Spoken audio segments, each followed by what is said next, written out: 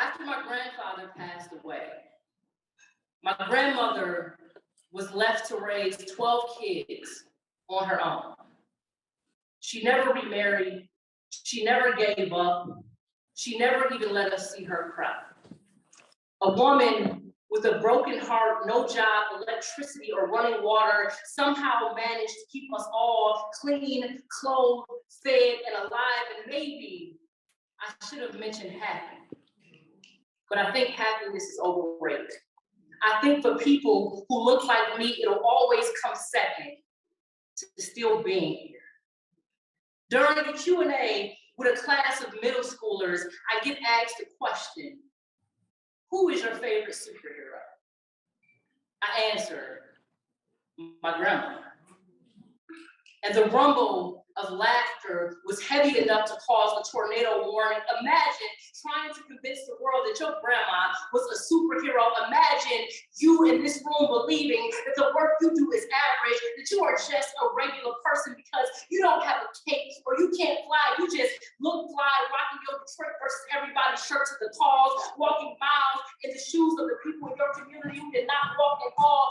You who wake up every morning and wash tired off of your face, show up to the movements with grace, even when you are dealing with your own struggles. You who find the time to battle the villains, the bosses, the government, the corporations. You who feel the building collapsing and swallow the cement. Imagine looking in the mirror and not being impressed by your own reflection.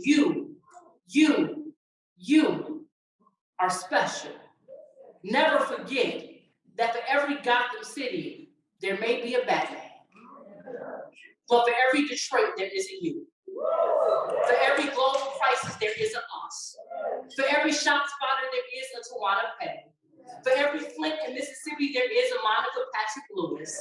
For every planet Detroit, there is a Catherine Coleman who deserves her flowers, and a Garrett Ellison documenting history, and don't Debbie Dingle and the MAC just sound like a Marvel movie.